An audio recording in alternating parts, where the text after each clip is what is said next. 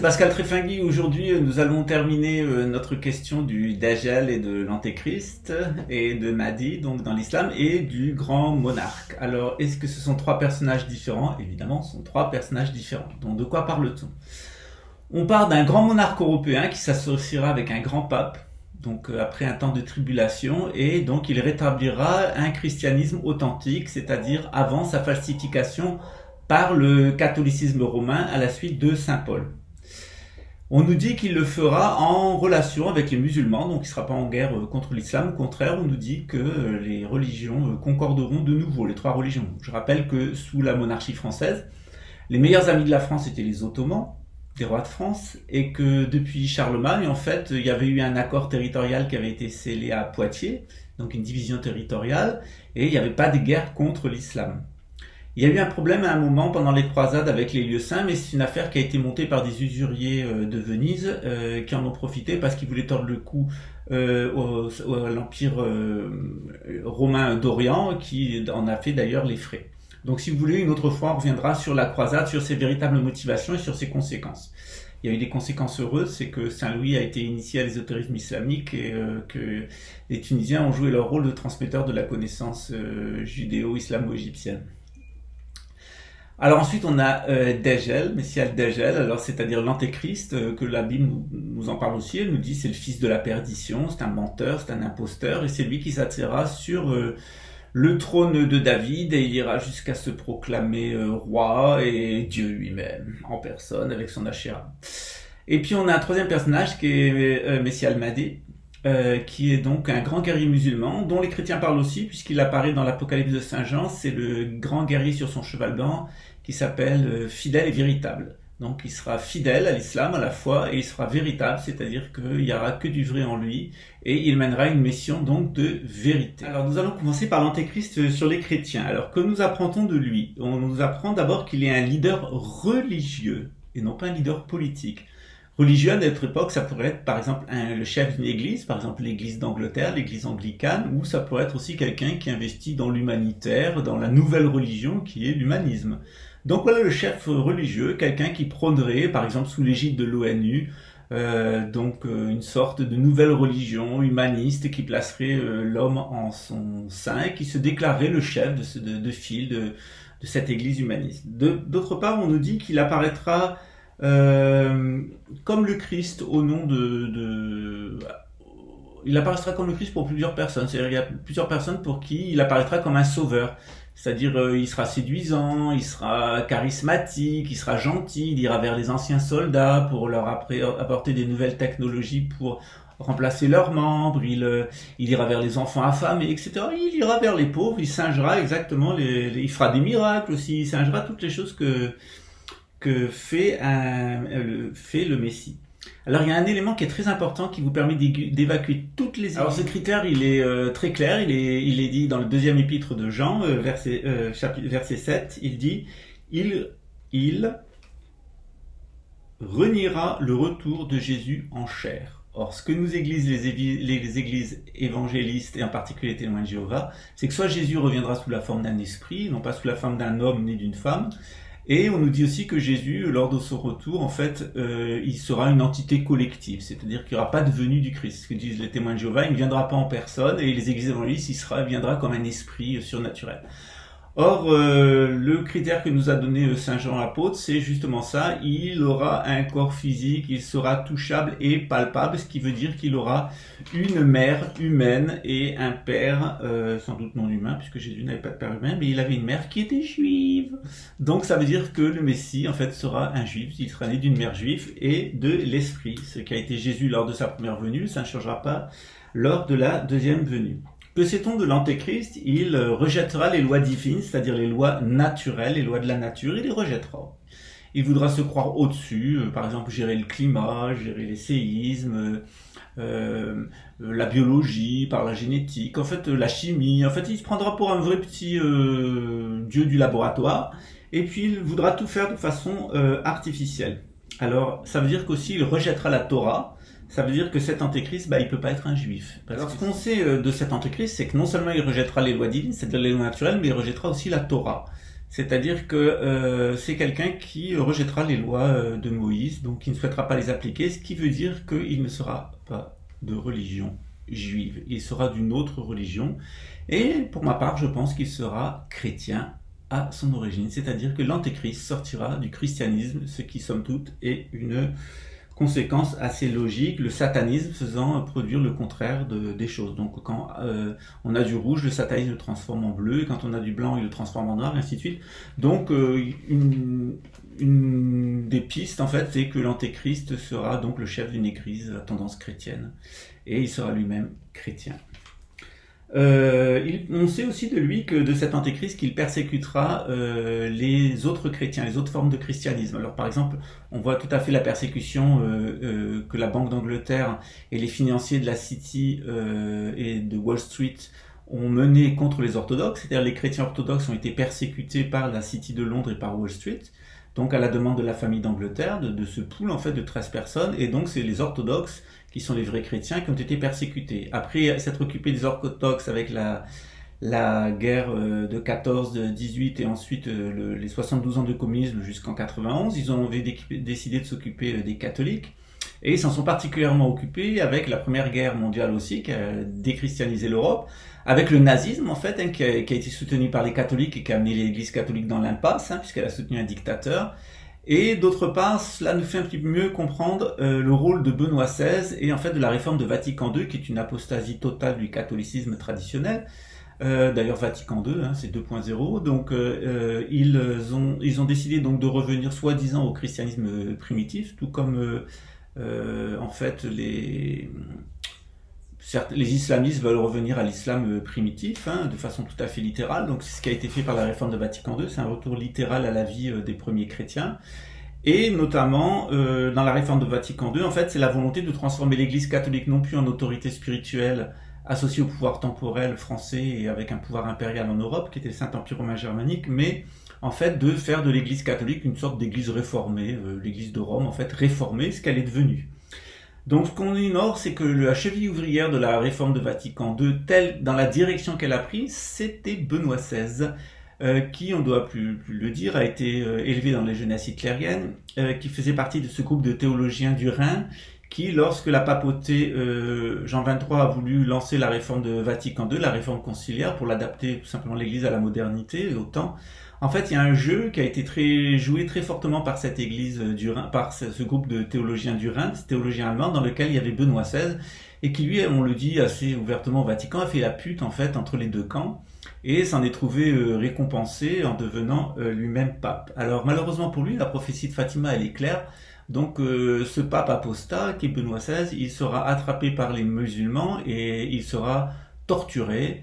Et on lui fera vivre la passion du Christ. C'est ce qu'annonçait donc le dernier secret de Fatima, outre la destruction du Portugal. Et ça explique pourquoi en fait il s'est mis en congé. Il a pris une soupape de sécurité avec Bergoglio, donc avec le pape François venant d'Argentine, qui était un pape qui est passé d'abord par le nationalisme. C'était un pape qui a été proche lorsqu'il était évêque des nationalistes argentins. Ensuite, il s'est tourné vers la doctrine de la libération, donc il est devenu un pape plutôt marxiste, et maintenant il est un pape supranationaliste, très proche des milieux sionistes. Donc il a suivi tout à fait l'itinéraire nationaliste, internationaliste, supranationaliste, donc on voit à peu près à qui on a affaire, d'autant plus qu'il est jésuite. Donc cette espèce de soupape de sécurité n'empêchera pas Benoît XVI de vivre ce qu'il doit vivre, et d'ailleurs il est maintenu en vie jusqu'à ce qu'il vive lui-même dans son propre corps les souffrances de l'apostasie dont il est le responsable et l'auteur. Ce qu'on sait encore donc chez de cet antéchrist qui persécutera les autres églises chrétiennes, donc qui a persécuté les orthodoxes d'abord, la cité de Londres a persécuté, la famille royale d'Angleterre ont persécuté les orthodoxes, puis ils ont persécuté les catholiques, et ensuite ils ont persécuté à travers les guerres d'Irak tous les chrétiens orientaux. Alors que ça soit à travers le sionisme les chrétiens d'Éthiopie, à travers donc les guerres qu'il y a eu au Moyen-Orient, les autres chrétiens. Alors par exemple les Rothschild ont financé le génocide des Arméniens puisqu'ils ont mis Atatürk au pouvoir. Donc on s'aperçoit que le même groupe de 13 personnes, en fait, ils se sont particulièrement acharnés non seulement sur les juifs avec les Shoah, mais aussi sur les chrétiens. Il y a eu une Shoah de chrétiens au début du XXe siècle qui est d'une extrême violence et qui tue plus de chrétiens que de juifs n'ont été tués. Alors, ce qu'on sait encore de cet antéchrist, c'est-à-dire il se dirait un successeur de l'Empire romain. Or, qui se dit le successeur de l'Empire romain si ce n'est l'Empire britannique, le Commonwealth, et donc les États-Unis dont ils ont repris le contrôle, et puis Israël qu'ils contrôlent totalement. Donc ce groupe de 13 qui sont autour de la famille royale d'Angleterre, ils sont véritablement les successeurs de l'Empire romain, avec leur propre falsification du christianisme, qui est l'anglicanisme. Ils ont donné naissance aux États-Unis à toutes ces sectes évangélistes, donc on est bien face à quelqu'un qui est lié donc à une apostasie religieuse. D'autre part, on sait de cet antéchrist, 7e point par les chrétiens, qu'il créera une fausse religion qui sera un mystère de l'iniquité. Alors, souvent on s'interroge en se demandant qu'est-ce que pourrait être cette religion qui serait un mystère de l'iniquité. Alors, mystère, c'est quelque chose de caché, l'iniquité, c'est quelque chose qui est donc inique, qui n'est pas bien, qui est injuste, qui n'est pas correct. Et mon petit doigt, un jour, m'a dit, c'est la science. C'est-à-dire la religion actuelle, la religion des gens, et vous voyez souvent dans les commentaires, mais c'est pas rationnel, je regrette, mais Descartes, c'est la méthode scientifique de Descartes. Descartes, il était dans une secte, la secte rationaliste. Il a inventé une méthode de falsification des expériences qui s'appelle la méthode scientifique. Il a orienté toute la pensée occidentale, et il est un des grands piliers, en fait, de la science occidentale, dont elle est le partenaire permanent du lobby militaro-industriel, de l'abaissement de l'être humain et de la destruction de la nature. Donc les gens souvent ont une idée sympathique de la science, des progrès de la science, etc. Mais si on fait le bilan de la science depuis 6 siècles, en fait la science, les conséquences de la science, c'est le transhumanisme qui risque de transformer l'être humain en semi-machine, c'est la bombe atomique, c'est la catastrophe écologique face à laquelle on est. Donc franchement, s'il y a vraiment quelqu'un à qui on doit mettre une balle dans la tête, c'est vraiment les scientifiques. Et vous savez que j'ai travaillé au CNRS, Centre National de Recherche Scientifique. J'étais dans un service qui était en relation avec les grandes multinationales. J'étais donc juriste. J'étais en relation avec les grandes multinationales du monde entier. Et puis aussi l'Union européenne pour des contrats de valorisation de la recherche scientifique. Donc c'est-à-dire les contrats passés des laboratoires. Les laboratoires passaient des contrats avec des grandes entreprises et l'Union européenne pour travailler sur des projets. Donc je peux vous dire une chose, c'est que si vraiment il y a un milieu de pourriture, de fripouilles, de bandits, de voleurs, de menteurs, de falsificateurs, de déshumains, de criminels et de génocidaires, tournez-vous vers les milieux scientifiques, vous allez exactement trouver là ce qu'est la sphère de l'antéchrist avec sa religion, qui est donc le scientisme. Ce qu'on sait en plus de cet antéchrist par les écritures chrétiennes, on sait qu'il s'assiera dans le temple où il se proclamera Dieu avec sa partenaire, son Ashéra. En fait, il se proclamera le Dieu national d'Israël, c'est-à-dire il se proclamera Yodé-Wavé, c'est-à-dire Jupiter. Alors c'est exactement ce qu'avaient fait les Grecs puisqu'ils avaient mis une statue de Jupiter à l'intérieur du temple, et les Romains voulaient faire exactement la même chose. Ils voulaient mettre une statue, de Zeus plutôt, ils voulaient mettre une statue de Jupiter dans le temple. Alors ça a fait péter les plombs juifs, on se comprend très bien. Et donc cet antéchrist qui s'assiera dans ce 3e temple reconstruit, il le fera pareil, c'est-à-dire il nous dira qu'il est Yodé-Wavé, c'est-à-dire qu'il est Jupiter, le dieu national, et qu'il est l'incarnation de la nation juive. Voilà. Alors ce qui est intéressant dans ce temple reconstruit, c'est qu'il fera cesser le sacrifice. Alors ce sera un écologiste sensible à la cause animale. Donc dans le nouveau temple, il n'y aura pas de sacrifice animal. Or toute la base du judaïsme, c'est au contraire d'avoir des sacrifices de sang de manière expiatoire dans le temple de Jérusalem. Chez les musulmans, par exemple, il y a la Eid, où on tue un mouton expiatoire. Chez les juifs aussi, il y a le même culte, c'est l'agneau pascal. Donc ne vous avisez pas de me tuer, je n'expierai pas pour vos fautes. Ensuite, on sait de cet antéchrist, donc outre le fait que dans son temple, il n'y aura pas les rituels normaux de l'ère du bélier, qui prononcera des paroles arrogantes contre Dieu. On sait qu'il fera la guerre aux saints, c'est-à-dire aux chrétiens qui refuseront de se soumettre à lui. Alors il y a les orthodoxes, les catholiques, mais à la fin il s'attaquera aussi aux évangélistes. Il se glorifiera comme étant lui-même Dieu. Il reniera Dieu et Jésus, c'est-à-dire qu'il en viendra à dire que en fait Dieu n'existe pas, que Dieu est seulement à l'intérieur des gens, que c'est à l'homme de devenir un Dieu, et il lui proclamera toutes sortes de choses sur Jésus, notamment pour nier son existence historique. Alors ça, on y vient beaucoup chez les scientifiques. Alors, il rejettera la vérité, nous dit-on, et il triomphera de tout, c'est-à-dire il aura des armes technologiques, il aura de la technologie, des guerriers, des tas de crétins dans la police et des tas d'abrutis dans l'armée qui le suivront. Il faut savoir que la grande capacité de l'Antéchrist, c'est-à-dire qu'il va provoquer une grande guerre civile mondiale où tous les policiers vont se ruer sur la population pour la mater, la détruire, etc., partir à la ratonnade. On l'a vu pendant les Gilets jaunes à qui on avait affaire. Et puis les militaires du monde entier, puisqu'il y aura, avec cette grande guerre qui mettra Israël au centre, il y aura tout le monde sera réquisitionné. C'est-à-dire tous les hommes qui sont en âge de se battre seront réquisitionnés pour cette grande guerre qui aura lieu à Armageddon. Donc il y a que des personnes qui seront inaptes au service qui échapperont, puisqu'il y a les 2/3 donc de l'humanité de l'hémisphère nord qui y passera et qui détruira toute velléité à des abrutis de se mettre un uniforme et d'aller se battre pour une république ou pour un imposteur. On verra que sa puissance augmentera tout au long de sa vie et qu'il comblera ceux qui le servent. Alors on a vu ça chez la personne que je suspecte d'être l'Antéchrist, une montée en puissance médiatique de sa petite personne. Et puis on s'aperçoit qu'il est très généreux avec les personnes qui sont autour de lui. Alors on sait aussi par les écritures judéo-chrétiennes qu'il contrôlera le monde pendant 42 mois, c'est-à-dire 3 ans et demi, 1260 jours. Et que la date finale qui a été annoncée, donc il y a 2 papes qui ont annoncé une date finale pour la chute de l'Antéchrist qui est 2027. C'est-à-dire, ça veut dire si on compte 3 ans et demi, c'est-à-dire qu'il va commencer à régner au cours de l'année 2023, au début de l'année 2024 et qu'il sera détruit donc en 2027, début 2028. On sait de lui que cette dictature, elle va s'imposer donc de plusieurs façons. Elle va s'imposer avec l'identification 666, c'est-à-dire une marque dont le nombre sera 666. Alors 666 c'est un nombre solaire, 6 c'est le nombre du soleil, 666 c'est 3 fois le soleil, 3 fois la lumière. Si vous voulez une autre fois, je reviendrai sur la symbolique des nombres. On dit aussi dans les écritures chrétiennes, notamment l'Apocalypse de Saint Jean, qu'il fera parler les images et que c'est ces images qui tromperont les gens. Alors inutile de vous faire un dessin, vous êtes en face. On dit aussi de cet antéchrist qu'il installera son contrôle avec un nombre comme base de tout. Alors le nombre à la base de tout, c'est donc l'informatique. On sait que son pouvoir sera mondial et mauvais, et on sait de lui qu'il va, par le biais d'une organisation internationale, une petite corne arrogante, il va tenter d'unifier toutes les religions sous son pouvoir. Donc on a une description assez complète de ce qu'est l'antéchrist pour les chrétiens et qui ressemble beaucoup de Messie al-Dajjal pour les musulmans. Alors venons-en à Messie al-Dajjal. Messie al-Dajjal, d'abord, il sera un être vivant, en chair et en os. Il aura été créé par Allah pour accomplir cette mission. Il sera doté d'une grande puissance. Et on nous dit qu'il est créé au temps d'Adam. Alors ça m'avait un petit peu étonné. Je me dis, ouais, il aurait 5000 ans, le type, ou plus de 5000 ans.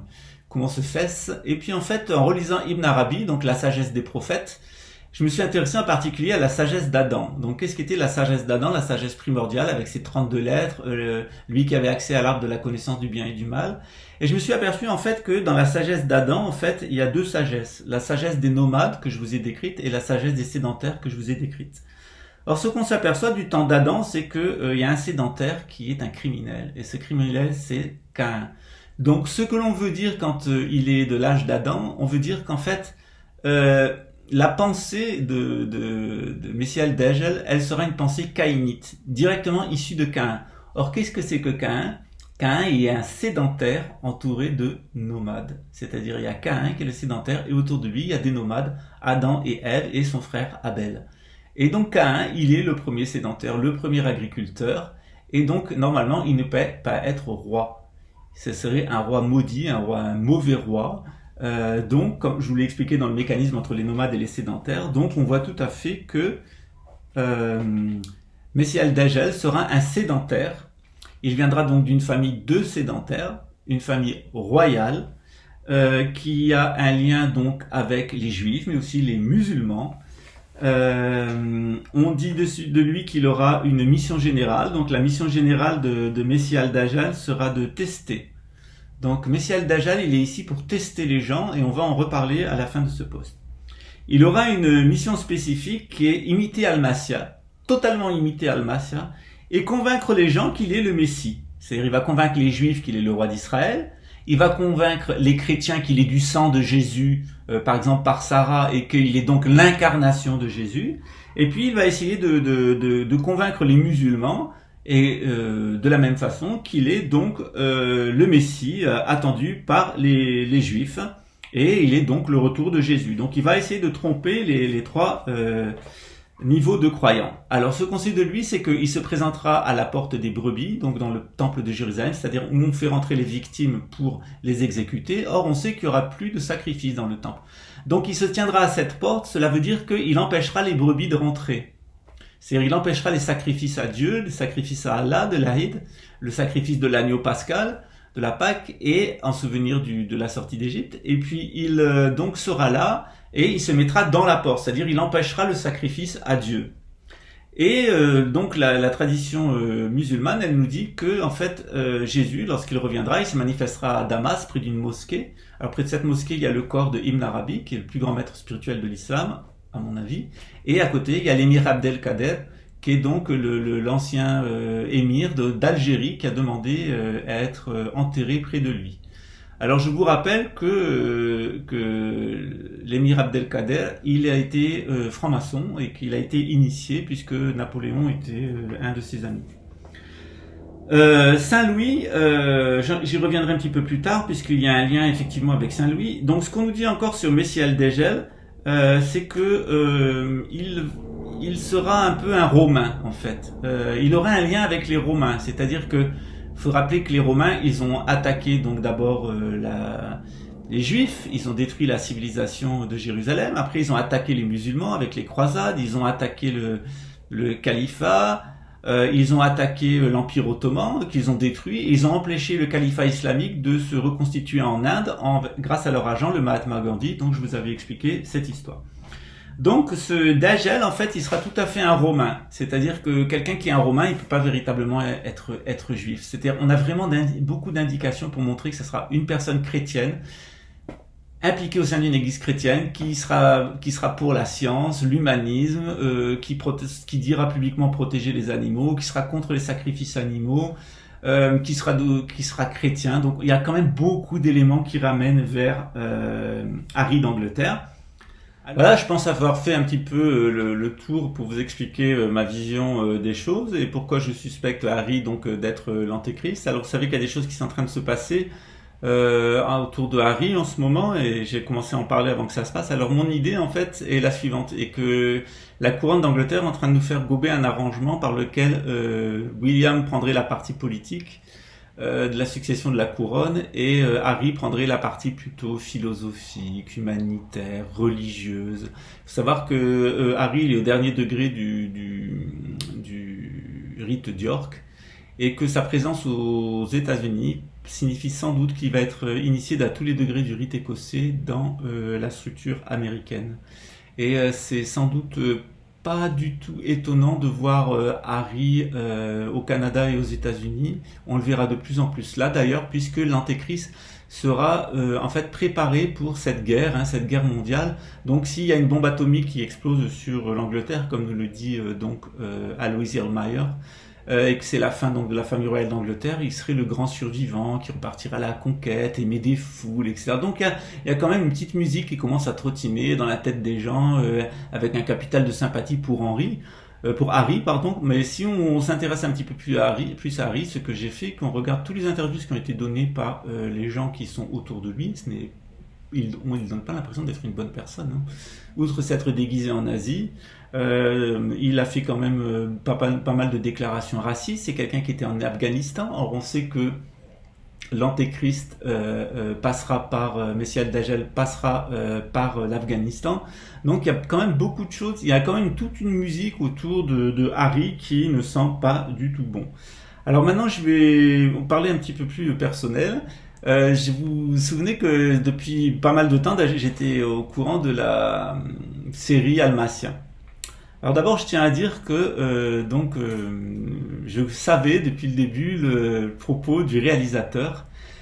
Donc au début, c'est très curieux. Donc cette série, elle a été faite pour que Almacia ait toutes les caractéristiques du Messie, mais qu'il soit présenté comme l'Antéchrist dans le synopsis. Et c'est exactement ce qui avait été fait. Il avait été présenté comme Messie el-Dajjal et non pas le retour non pas le Messie, c'est-à-dire le retour de Jésus.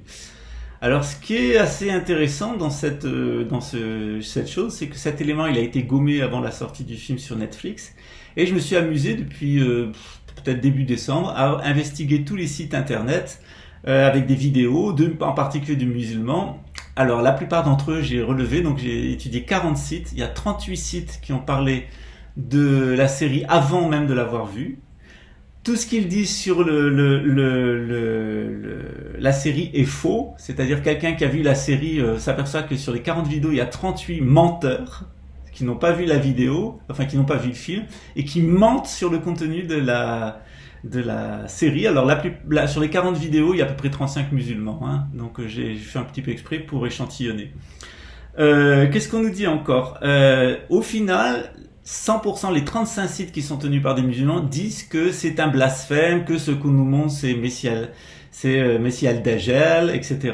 Or, si on regarde la série, moi je l'ai vue 2 fois, je suis en train de la voir une 3e fois, en fait, il ne commet, donc l'acteur qui fait Al-Massia, il ne commet aucun péché.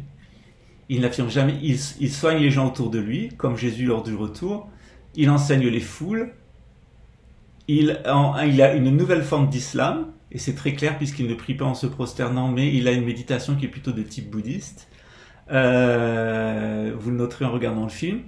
Il ne commet aucun blasphème, il ne dit jamais qu'il est Dieu, il ne dit jamais qu'il est le Messie, il renvoie toujours les gens à eux-mêmes, il essaye d'évoluer spirituellement, il a contre lui les juifs fanatiques, en particulier le Mossad, hein, qui est à mort contre lui, sauf des croyants juifs dont un va le libérer parce qu'il est persuadé qu'il est le Messie. Donc on s'aperçoit qu'il y a les bons juifs et les mauvais juifs, et même le mauvais juif de Mossad, à la fin, puisqu'il le ressuscite, et ils sont plusieurs personnes du Mossad, en fait il en ressuscite une, qui l'embrasse et qui le reconnaît comme le Messie, et l'autre l'agent secret, donc lui aussi on voit que son cœur se transforme, et on nous le dit pas, mais on voit qu'il reconnaît qu'il est le Messie attendu par les juifs. Qui le rejettent? Les églises évangélistes, qui l'avaient mis dans un moule, qui l'ont d'abord suivi au début, qui l'ont mis dans un moule et qui ensuite l'ont rejeté et complètement détruit. Et une enquêtrice de la CIA, en fait, qui ne démord pas jusqu'à la fin en l'accusant d'être un imposteur. C'est quand même curieux. D'autre part, chez les musulmans, on s'aperçoit qu'il y a 2 types de musulmans dans ce film.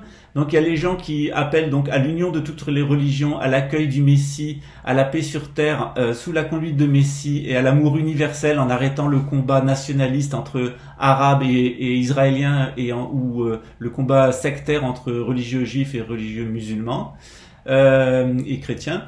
Donc il y a un appel à cette union des croyants ensemble. Chacun doit rester dans sa religion, mais on s'unit ensemble pour faire face au nouvel ordre mondial. Et en face, on a des islamistes qui vont faire péter une bombe à l'intérieur d'une mosquée pour assassiner tous les musulmans qui seraient tentés par aller vers la paix et une convergence entre les religions. Chacun reste dans sa religion, mais on fait la paix entre nous pour que chacun puisse vivre sa religion dans le respect de l'autre.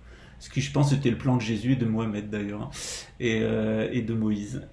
Donc, ce qui est assez intéressant dans cette série, en fait, c'est que, et j'ai discuté ce matin avec un jeune musulman un réislamisé, plutôt un complètement occidentalisé, qui est dans les jeux vidéo, Beyoncé, enfin tout, mais il voit du satanisme partout, Messie al-Dajjal partout. On a vu tous les deux la même série et lui est persuadé que le type est Messie al-Dajjal, que c'est sa conviction personnelle, mais il n'est pas capable d'argumenter. Je lui dis, regarde, moi je te donne 50 arguments qu'il est vraiment le Messie, qu'il a tous les éléments du Messie. Et toi, tu continues à croire qu'il est Messie al-Dajjal, c'est-à-dire qu'il est le diable. Ça veut dire que quand le Messie al-Dajjal va arriver, toi tu vas le suivre, tu vas le reconnaître, puisque t'es déjà dans l'inversion totale, déjà avec la tête bourrée par les jeux vidéo, la culture de merde que t'as et la façon dont tu te réislamises, parce que c'est vraiment l'islam de chiottes, hein. C'est vraiment l'islam des banlieues, des frères musulmans et financé par l'Arabie Saoudite, donc c'est vraiment un islam de chiottes qui a rien à voir avec l'islam que nous on connaît en tant que sunnite ou en tant que chiite. Moi je suis chiite, mais j'ai aussi reçu une initiation dans une tarika sunnite. Donc ça m'embête pas de passer d'une des branches de l'islam à l'autre. Il y a aussi les Ismaéliens qui ont beaucoup de choses à nous apporter, et je crois pas que le prophète Mohammed aurait été satisfait que les musulmans se déchirent en 3 branches, s'investissent, se fassent la guerre. D'ailleurs, il y a un des signes de la fin des temps qui est que deux grands pays musulmans qui pratiquent de façon différente la foi se font la guerre et provoqueront la 3e guerre mondiale. Alors si on n'est pas capable d'y reconnaître l'Iran et l'Arabie Saoudite, je pense qu'on est comme Messie al-Dajjal, ou voire comme ça. Donc voilà, donc ce dernier post il est un petit peu brouillon, c'était un petit peu un au revoir que je vous faisais, parce que maintenant je compte profiter de mes vacances au Maroc, et puis aussi j'ai d'autres activités. Je vais écrire un nouveau livre et une nouvelle pièce de théâtre, donc j'ai prolongé de 15 jours en fait la publication des vidéos. D'abord je vous remercie, les gens qui ont presque 1 million de vues maintenant et presque 10 000 inscrits sur ma chaîne YouTube. Je vous remercie. Aussi bien les gens qui ont critiqué, aussi bien les gens qui ont fait preuve de fanatisme religieux, d'invective politique ou qui m'ont attaqué sur le domaine de l'argent, les attaques personnelles. En fait, ça fait partie du processus et moi, je prétends pas être un maître spirituel, mais il s'avère que par l'enseignement que je donne, il y a des personnes qui me considèrent comme ça. Alors, je joue le jeu avec eux. Je n'entends pas être un maître spirituel. Je suis pas un maître spirituel, mais s'ils veulent m'utiliser comme maître spirituel, il n'y a pas de problème pour moi. Je vais juste les renvoyer à eux-mêmes et les aider à progresser, à les renvoyer à eux-mêmes vers ce qu'ils croient, hors du fanatisme, à ce qu'ils font en dehors de la corruption et aux décisions qu'ils prennent en dehors des considérations de l'argent, parce que c'est ce qui fait notre valeur, en fait. Quelle relation avons-nous à l'argent? Est-ce que nous cautionnons ce système politique qui est criminel? Moi, je crois qu'au moment du jugement dernier, Dieu nous demandera de rendre compte sur le sang qui a été versé. Je crois que c'est le premier façade, en fait, c'est la première destruction dont on devra rendre compte, c'est avez-vous versé le sang? Avez-vous tué d'autres hommes? Et quand on vote pour des hommes politiques à qui on donne un mandat et qui déclarent des guerres et qui tuent des millions de personnes, ben je regrette, on a du sang sur les mains. Et toutes les personnes qui ont voté et dont les personnes pour qui ils ont voté ont été élus, ont mené des guerres et ont tué des gens, ou dont la police a tué des gens, ce sont des gens qui ont du sang sur les mains, et ils auront à en rendre compte au jour du jugement dernier. Donc pour vous qui croyez à la démocratie, et vous qui avez voté, sachez que le sang qui a été versé en votre nom et avec votre complicité, vous devrez en rendre compte au jour du jugement dernier en face de votre Créateur, et il faudra lui expliquer exactement par quel tour de passe-passe et quel niveau d'aveuglement vous en êtes arrivé à croire le marketing politique et tous les bobages de toutes les imbécilités de la démocratie telle qu'on vous l'a vendue. Après, il y a notre sectarisme religieux, notre fanatisme religieux, et nous devrons aussi en rendre compte vis-à-vis de Dieu. Ce que j'ai remarqué souvent, c'est qu'il y a des gens qui sont... je suis en train de produire un film sur les évangélistes au Brésil. En fait, je m'amuse à aller dans les églises, à interroger des pasteurs évangélistes, en fait, et notamment les plus homophobes, en fait. Et en fait, j'arrive à leur prouver par A plus B que s'ils sont homophobes, c'est parce qu'ils sont des pédés refoulés.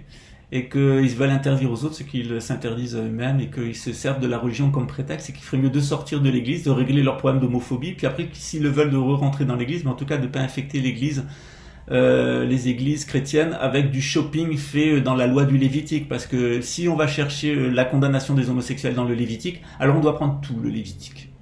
On ne fait pas du shopping. Alors dans le Lévitique, il y a aussi l'interdiction de se couper la barbe, l'interdiction d'avoir des vêtements de plusieurs couleurs et même de tissus différents, l'interdiction de se couper les ongles, les poils dans les oreilles, dans le nez, enfin, les femmes ne doivent pas porter des bijoux, elles ne doivent pas regarder les hommes.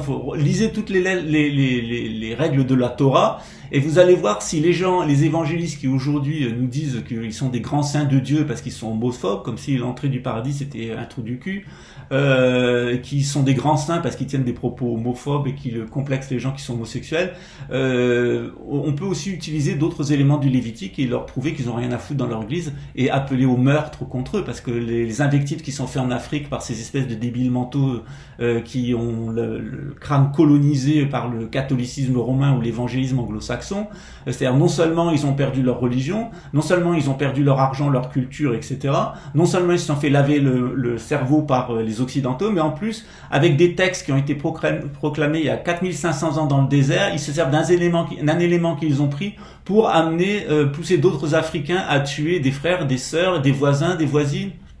Et c'est ça le christianisme. Alors si c'est ça le christianisme, alors il vaut vraiment mieux aller dans le satanisme. Parce que franchement, si ça c'est du christianisme, alors c'est qu'il faut aller dans le satanisme. Voilà. Alors ça, je le pense pas. Je pense que eux sont dans le satanisme, effectivement. Alors pour finir donc sur les considérations personnelles et les remerciements, en fait il y a des personnes qui m'ont beaucoup fait avancer qui m'ont mis chaud au cœur parce que ils ont compris en fait quel était mon message, ce que j'essayais de faire. C'est pas un travail qui est très facile. Alors je vais vous expliquer maintenant pourquoi je l'ai fait. Donc il y a un peu plus d'un an maintenant, j'ai été mis en contact avec une personne que je soupçonne de me délivrer des messages de la part de Mahdi, donc le grand guerrier de l'islam. Et le message qui m'a été donné, en fait, c'était de plus faire que des livres comme je faisais, mais de faire de courtes vidéos sur Internet où j'allais parler de la foi musulmane, de ce qui attend les croyants, de notre union ensemble, c'est-à-dire juifs, chrétiens, musulmans et même personnes humanistes qui ont une éthique personnelle, bouddhistes aussi, hindous aussi quand ils sont sincères. Nous avons une mission par rapport à l'humanité qui est une mission de tolérance. et d'approfondir nos propres écritures et de ne pas nous servir de nos écritures pour faire du mal à autrui, de ne plus accepter la corruption politique et de cesser cette hypocrisie face à l'argent. Je crois que c'est réellement, si on arrive à faire ces trois choses, et c'est ce que nous demande Madi, de revoir notre position par rapport à l'argent, de ne plus participer au monde politique moderne et aussi de cesser cette espèce de fanatisme religieux qui fait qu'on est prêt à tuer un juif parce qu'on est musulman, un musulman parce qu'on est juif, un chrétien qui va haïr les juifs ou haïr les musulmans parce qu'il y a tous les cas de figure. Après tout, on est tous des enfants d'Abraham spirituellement, psychologiquement, pour certains d'entre nous aussi physiquement. Donc pourquoi on se ferait du mal, nous, les uns avec les autres? Je pense que les scientifiques nous ont assez fait de mal, l'argent nous a assez fait de mal, ces 13 familles de nomades, enfin ces 12 familles de nomades entourant le Saint-Dentaire maudit nous ont fait assez de mal. Pourquoi est-ce qu'au nom de nos religions, on se ferait du mal les uns les autres, alors qu'on est dans la même famille et qu'on croit dans le même Dieu? Enfin, c'est un truc qui est totalement aberrant.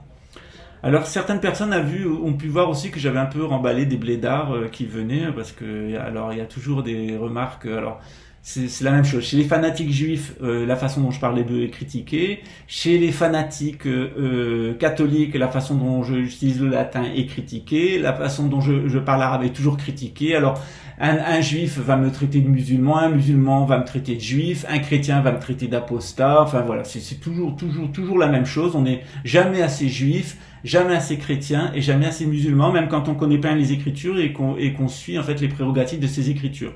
Alors généralement par rapport à ces personnes-là en fait qui m'attaquent sur ces sujets-là, je dis bon ok, on est maintenant au jour du jugement dernier et moi je suis Dieu, ok? Alors qu'est-ce que tu as à te reprocher? T'es juif, ok? T'as respecté ne serait-ce que les 10 commandements? Non? Alors pourquoi tu viens faire des commentaires sur ce que je suis ou comment je vis? Tu peux me dire frère, je pense ceci ou je pense cela, mais pourquoi tu viens me condamner, me jeter une pierre? Un chrétien par exemple qui vient me dire oui, ton interprétation des écritures chrétiennes, ok, c'est mon interprétation. Il y a une interprétation orthodoxe, il y a une interprétation catholique, il y a une interprétation protestante, il y a des interprétations chaldéennes, syriaques, éthiopiennes. Chaque forme de christianisme a sa propre interprétation des écritures. Alors à ces chrétiens-là, je leur pose la question suivante. Ok, l'enseignement central de Jésus, c'est quoi? Alors tu aimeras ton Dieu de tout ton cœur, de toute ton âme, et tu aimeras ton prochain comme toi-même. Ok, alors maintenant moi je suis Dieu, je vais te juger. Comment t'as aimé ton prochain? Dis-moi. Parce que si t'aimes pas ton prochain, t'es pas un chrétien. Si t'aimes pas ton prochain comme tu t'aimes toi-même, alors t'es pas un chrétien. Et t'es même pas digne de dire que tu es chrétien. Et quand un musulman vient me dire « Oh ouais, moi je suis arabe, je parle mieux arabe que toi généralement, où c'est des oiseaux du Maghreb qui squattent Internet toute la journée parce qu'ils glandouillent des zonards. Il y a aussi des gens bien dans ce public-là, c'est pas ce que je veux dire. Il y a aussi des idiots parmi les imams, et des mous. Mais généralement, ces gens-là qui croient connaître mieux l'islam que tout le monde, en fait, dès qu'on les amène sur des sujets un peu pointus de l'islam, en fait, on s'aperçoit il n'y a pas de connaissance. Par exemple, un des plus grands auteurs musulmans qui est respecté par toutes les traditions musulmanes, c'est Ibn Arabi. Combien vous connaissez d'imams, combien vous connaissez de gens qui donnent des cours sur Internet et des leçons d'islam qui ont lu Ibn Arabi? Quand je demande par exemple quelle lettre est associée à Adam et quelle lettre est associée à Moussa et quelle est la différence de la sagesse des deux? Et comment est-ce que la révélation divine, comment elle se met en place d'Adam jusqu'à Mahomet, la paix sur lui? Je ne sais pas. Alors ils vont vous parler qu'il faut faire la prière de cette façon-ci, qu'il faut avoir un rosaire ou qu'il ne faut pas en avoir, etc. Une fois j'étais à Dubaï et il y a un mec qui me dit « Oh, toi t'es un converti ». Je dis « Non, je suis pas un converti puisque j'ai été élevé dans l'islam ». Ah oui, mais t'as pas une tête de musulman. Je dis parce que musulman c'est une religion. Il y a des imams qui sont à Trinidad. Il y a des musulmans qui sont en Arabie Saoudite, au Maghreb. Les imams que tu vois au Maghreb, à 95%, ils ont du sang européen. C'est des descendants des Visigoths. C'est comme les Juifs d'Afrique du Nord, c'est des convertis. Les musulmans d'Afrique du Nord, c'est des convertis. C'est pas des Arabes. Il y a pas eu une invasion d'Arabes avec des centaines de milliers de personnes qui ont baisé toutes les bonnes femmes. Ça, c'est un fantasme. Donc il y avait peut-être 20 000 personnes qui sont sorties d'Arabie. Donc ces 20 000 personnes, ils auraient baisé toutes les femmes d'Algérie et tout le monde serait des Arabes. Et on sait très bien que c'est faux. Et quand on regarde les analyses génétiques, on s'aperçoit que 75% des Algériens qui se disent arabes, en fait, ils ont la plupart de leurs gènes communs avec des Italiens, des Espagnols, des Sud-Européens, voire même des Allemands dans le cas des Kabyles. Puisque même dans les Kabyles musulmans, c'est des descendants directs des Goths, des Visigoths et des tribus germaniques, voire même des Vikings qui se sont invités dans le secteur après la chute de l'Empire romain. Donc Véritablement, c'est bullshit. Quand on est musulman, on doit se poser la question. Au jour du jugement dernier, Dieu, il te demandera des comptes. Des comptes sur ce que tu as fait avec tes frères. Il te demandera est-ce que tu as versé le sang. Et si tu as voté, donc tu as donné un mandat pour quelqu'un qui a versé le sang, tu es aussi criminel que cette personne. Les gens qui ont voté pour Bachir el-Assad ou Saddam Hussein, ils ont versé plus de sang que n'en a versé Saddam Hussein lui-même. Quant aux petits flics, aux militaires qui ont travaillé pour lui, c'est exactement la même chose. Donc quand on veut avoir la conscience nette vis-à-vis de Dieu, il faut aussi réfléchir à sa propre situation, savoir comment on applique sa religion, pour qui on vote et pourquoi on vote pas, et quel est son rapport à l'argent. Et je pense que c'est les trois questions que nous posera Dieu au jour du jugement dernier. C'est ce qui fera il nous sera favorable, nous nous condamnerons nous-mêmes, c'est nos péchés qui nous condamneront, hein. Eh ben, quel a été notre rapport avec la religion? Est-ce qu'on a utilisé la religion pour être une meilleure personne? Est-ce qu'on a utilisé la religion pour être plus pur à l'intérieur de soi et dans son rapport aux autres? Est-ce qu'on a utilisé la religion pour voir l'autre comme son prochain? Est-ce qu'on a utilisé la religion pour être totalement soumis à Dieu et se laisser aller à sa volonté? Quel est nos rapports avec la politique? Qu'est-ce qu'on a fait avec les pouvoirs de ce monde? Est-ce qu'on a collaboré avec eux? Tu as travaillé dans la police, dans l'armée, tué des gens pour cette bande de bandits? Maintenir l'ordre, le soi-disant ordre, des gens qui me disent oh oui mais s'il n'y avait pas la police ça serait l'anarchie. Ah oui tu crois? Parce que c'est pas déjà l'anarchie. On rentre dans une tyrannie. La tyrannie c'est une forme d'anarchie. Donc on est dans un désordre total, sauf qu'on est habitué à ce désordre-là, on est à peur qu'il y ait plus de désordre, donc on se dit ah la police nous sauve. Mais non, la police elle maintient le désordre, et un désordre en faveur de cette élite qui nous confisque notre argent et notre temps. Et d'autre part, Dieu il nous demandera aussi quels étaient tes rapports avec les biens de ce monde. Est-ce que tu as fait parce que quelqu'un qui se couche devant l'argent, ou quelqu'un qui se couche pour l'argent, on appelle ça une pute. Combien on en croise des putes tous les jours dans le métro, qui vont faire la pute auprès de leur patron, et qui ne disent pas qu'ils n'aient pas le choix, hein, parce qu'en France on peut aussi faire le choix de ne pas travailler. Hein. Quelqu'un qui refuse de travailler, grosso modo, il va avoir 1000 euros par mois, et il peut travailler au noir à côté, il peut être même sans travail au noir en respectant la loi, il peut être dans un système d'échange local, il peut, etc., rendre service autour de lui, échanger contre des services.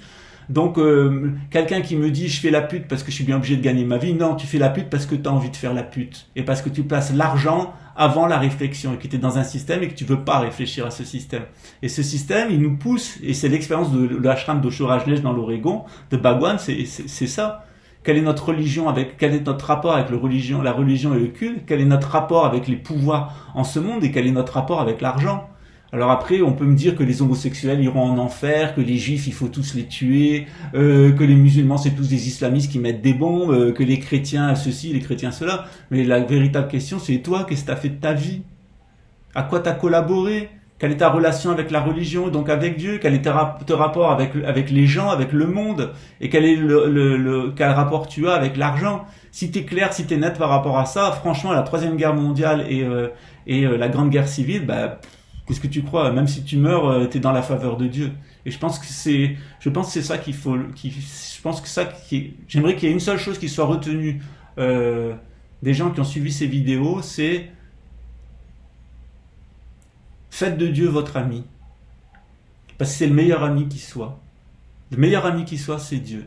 Et si on est l'ami de Dieu, Dieu est notre ami et Dieu nous est favorable, quelles que soient les choses que nous entreprenons. Et on peut, sans s'en apercevoir, tout en parlant de la religion, tout en étant investi politiquement, tout en étant même honnête, en payant ses impôts, en faisant ceci, cela, toute une vie, ce qu'on nous dit être la vie normale, on peut être l'ennemi de Dieu. Et je pense que c'est cette question qu'on doit se poser. Est-ce qu'on est l'ami de Dieu ou est-ce qu'on est l'ennemi de Dieu? Et quand on est l'ami de Dieu, c'est comme quand on est l'ami d'une personne, on peut l'être par intérêt ou on peut l'être juste par amour. Et la question vraiment finale, c'est est-ce que j'aime Dieu, c'est tout? Est-ce que je l'aime? Voilà. Une fois qu'on a répondu à cette question, tout le reste va de soi.